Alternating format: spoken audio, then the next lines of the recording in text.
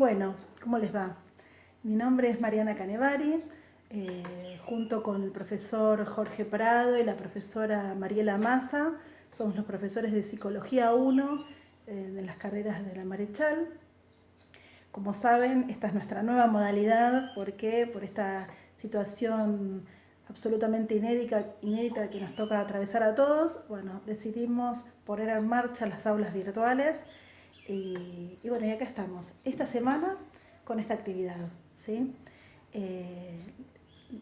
Es el deseo de nosotros verlos pronto, encontrarnos con ustedes en un contexto de la escuela, poder saludarnos con abrazos y con besos, pero bueno, por ahora eso está imposibilitado.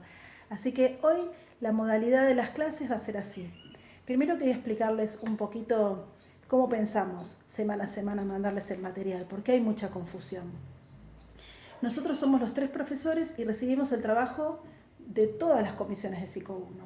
Entonces, más allá de que fueron recibiendo respuestas de nuestra parte y correcciones de los trabajos que hicieron, les vamos a pedir que se tranquilicen con eso, que ustedes vayan armando sus producciones y que vayan guardando todo lo que van trabajando en su propia carpeta, ¿sí? Que hagan un portafolio en su propia carpeta. ¿Para qué? Para que el día que retomamos las actividades de clases, ustedes la traen y se las dan a cada profesor.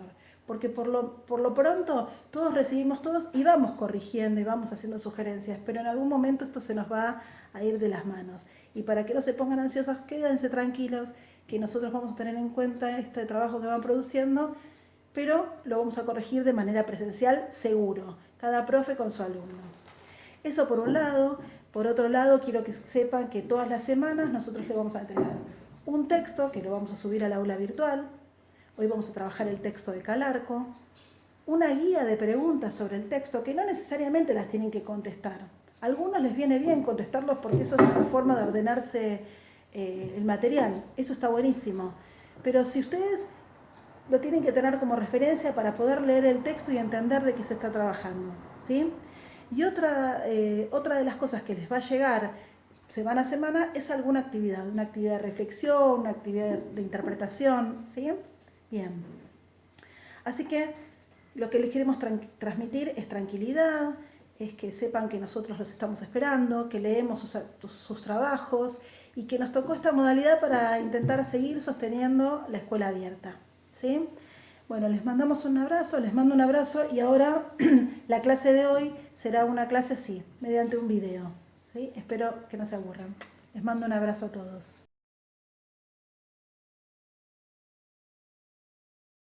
Este texto se llama La representación social de la infancia y el niño como construcción social. Ya ese nombre del texto nos está hablando de un montón de cosas que nos podríamos dedicar un largo rato a pensar. Vamos a empezar por esta primera parte, ¿no? ¿Qué implica decir que la infancia es una representación social? ¿No? Si estuviésemos en una clase normal, digamos, en una clase presencial, yo les preguntaría esto, bueno, ¿qué es la infancia? Y por ahí todos tenemos algo para decir de esto, ¿sí? Les hago el ejercicio que lo hagan, yo los puedo escuchar, pero seguramente todos podemos decir algo de esto. Es más, si se lo preguntan en su casa a algún interlocutor de qué es la infancia, tenemos algo para decir, qué es la infancia. En el texto plantea, ¿no?, que la infancia, lo que llamamos nosotros infancia, es el conjunto de representaciones sociales, el conjunto de saberes que una sociedad tiene sobre su niñez. Vamos de vuelta. La infancia es el conjunto de saberes que una sociedad tiene con su niñez. Cuando hablamos de conjunto de saberes, nos estamos refiriendo a una representación social. Nosotros tenemos una representación social de lo que creemos que es la escuela, un saber de lo que creemos que es la escuela, una representación social de lo que creemos que es una mujer, de lo que creemos que es un hombre, ¿sí? Y que como representación social lo que nos habla es que hay una historia, un proceso sociohistórico, cultural, que se fue dando a lo largo de determinado tiempo y de movimientos sociales y culturales que hicieron que nosotros pensemos de determinada manera sobre un concepto y no de otro. Que la infancia es lo que todos acordamos de manera tácita, sin ponernos de acuerdo, pero que hay un acuerdo como común, del sentido común cuando nos referimos a la infancia. ¿Qué implica esto? Implica una forma de ver al niño, una forma de cuidar al niño, una forma de pensar al niño. Esto ya nos da cuenta de que estamos hablando de no una niñez, sino la niñez como un concepto que se adapta a cada momento sociohistórico y a cada sociedad, ¿sí? Cada momento histórico y que habla también de una producción. Estos saberes que son compartidos socialmente, a veces tienen la particularidad, a veces no, por lo general, tienen la particularidad de no ser leído este proceso sociohistórico que lo fundamentó. Y estos saberes aparecen como verdades, como saberes absolutos. Entonces, cuando se habla de niño o de niñez o de infancia, se habla de una categoría estanca, y esto no es así. Esto es una categoría cambiante permanentemente. Cuando lo leemos desde una categoría estanca, rígida, lo que puede ocurrir es que aparezcan prejuicios que sean, que ofician de resistencia para los cambios.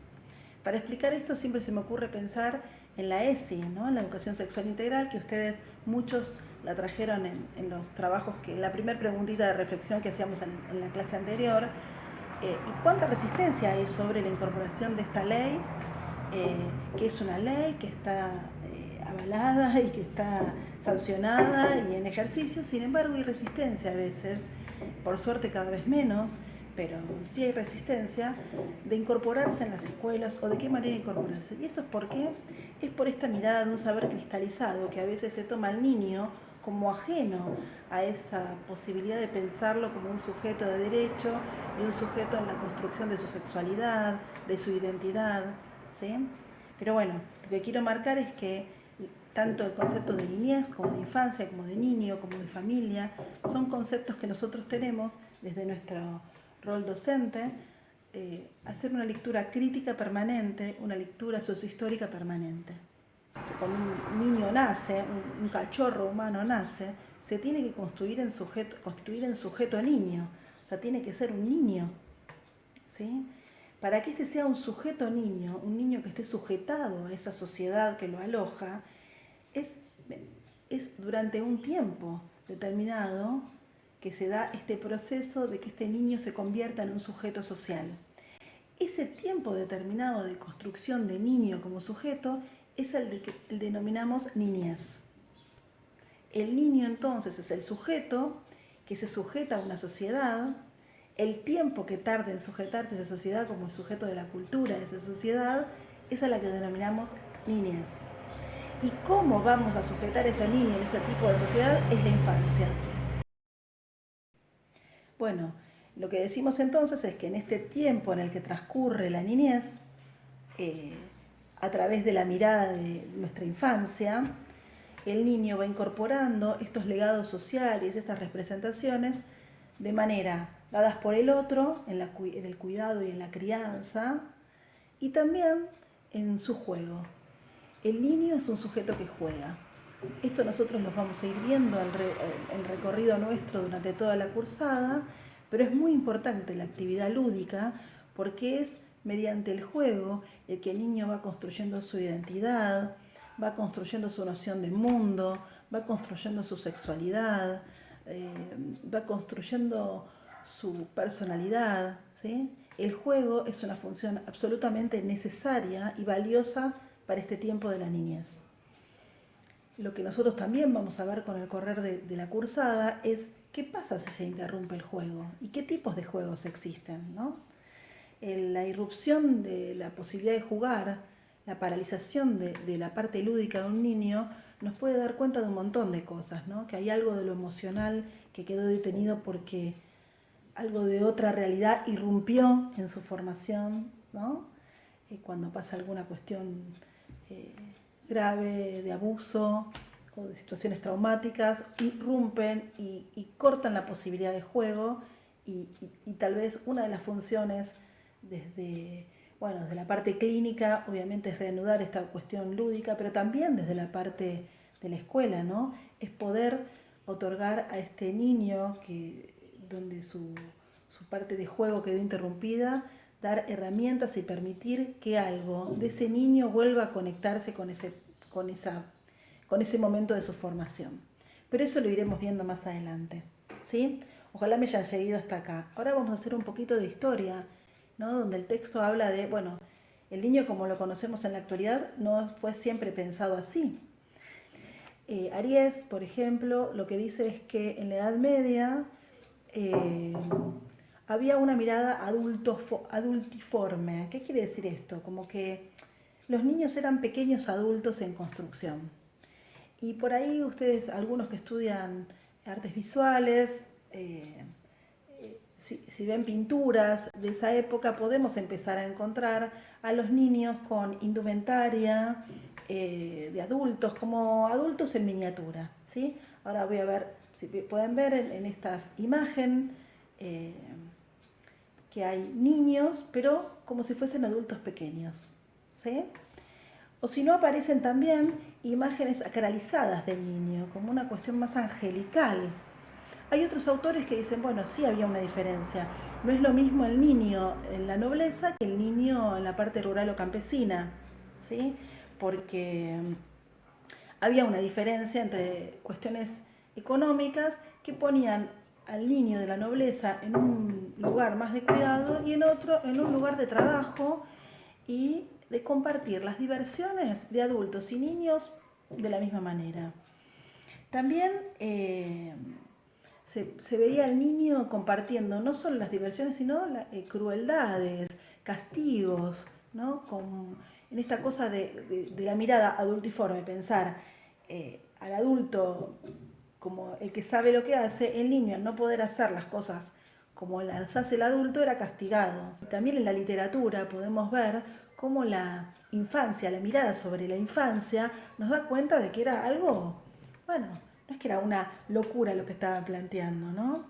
Era algo dentro del orden de lo conocido. Y más allá de pensar que si había o no una infancia, si había una noción de niño en la antigüedad, todos los autores coinciden que si bien hay diferencias entre clases más pobres o de la nobleza, todos los autores coinciden que el concepto de niñez, como lo conocemos en la actualidad, se constituye como tal a partir de la modernidad. A partir del siglo XVII, ¿no? Avanzando por el siglo XVIII, con el cambio social y cultural que se produce en ese momento, que es bueno, la revolución industrial, las ciudades, los campos, cambia la modalidad de trabajo, las familias que trabajaban en sus lugares, no se movían, ¿no?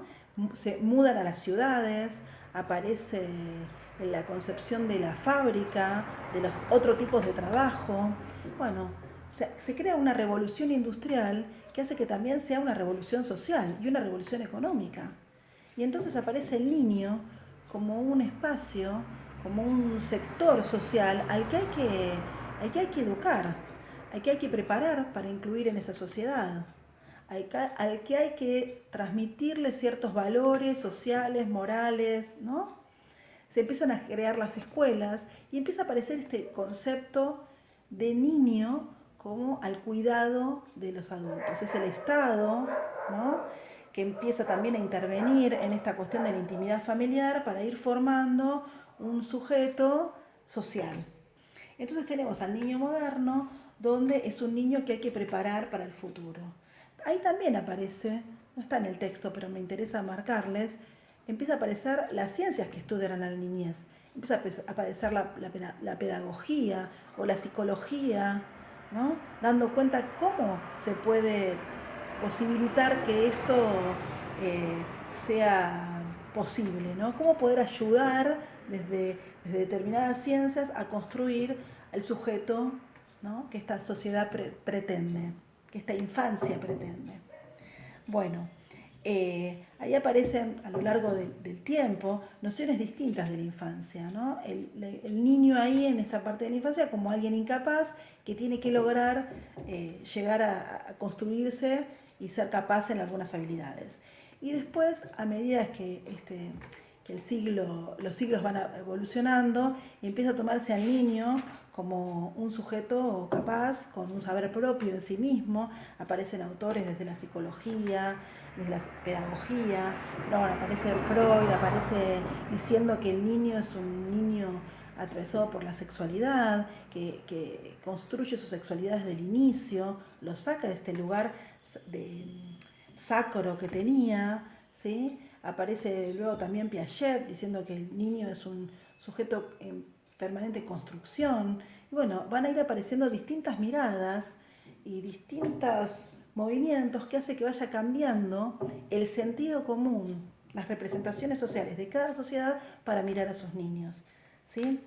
Les voy a leer qué cosas incorpora la modernidad en la mirada del niño. Dice, primero que lo pone en un tiempo lineal evolutivo.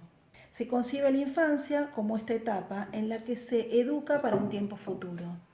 Acá se habla de un tiempo lineal, de un tiempo evolutivo, de una moratoria para un futuro. El niño tiene que atravesar esa etapa de la niñez para un futuro. La llama moratoria social. Una escolarización de los niños y se empiezan a crear establecimientos para los cuidados especiales. Una creación de un mundo infantil y de un mundo adulto. Esto no estaba antes. Hay fronteras bien establecidas entre ambos mundos, ¿no? Los niños y los grandes. La percepción del niño como un ser incapaz, esto es lo que decía antes, de hacer determinadas cosas por sí solo. Es decir, que tiene que estar al cuidado desde la visión de lo que no puede hacer. Para tener en cuenta en este texto también es lo que habla este autor de, ¿qué pasa en la posmodernidad? Primero habla del siglo XX como el siglo del niño, el siglo donde se lograron, por ejemplo, la Declaración del Derecho del Niño, la incorporación de estos derechos en la Constitución en nuestro país y en muchos países también, pero así como fue el siglo del niño, donde aparecieron muchos autores rescatando esta mirada productiva del niño y dándole un lugar absolutamente protagónico, también la desigualdad económica y social hizo que esta cuestión, por un lado, de los derechos, queden evidenciados que no para todos se cumplen, ¿no?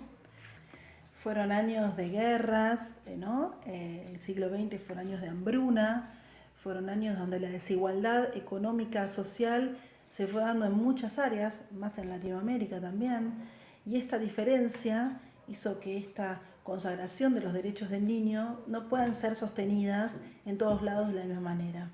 Esto es una deuda, ¿no? Pero es una deuda que también tiene que ser nuestro faro. Es una deuda que permanentemente debemos trabajar para dar el tiempo de niñez a los niños. Bueno, entonces, como decíamos antes, lo importante de sostener el tiempo de la infancia, el tiempo que transcurre en que un niño se convierta en sujeto, es importantísimo y a veces se ve obturado por no poder cumplir con esa moratoria social, ese pasaje, ese tiempo, ¿no? Ese tiempo que hay que darle a la infancia para que el sujeto se transforme en tal. La escuela entonces ahí va a tener un papel muy relevante y esto es lo que me interesa que pensemos. ¿Cuál es el lugar del niño? ¿Cuál es el lugar de la escuela para sostener esta moratoria? ¿Cómo de alguna manera damos las herramientas y los elementos para pensar en esta infancia, en estos tiempos? Para pensar todas estas cuestiones, les voy a dejar una charla TED que habla, una investigadora en educación, sobre los tiempos actuales, sobre la infancia en la actualidad y sobre el lugar de la escuela en relación a este tema, ¿sí? Bueno, espero no haberlos aburrido, espero que se les haya hecho un poco dinámica y bueno, cuídense mucho y así nos podemos ver más rápido. Nos vemos.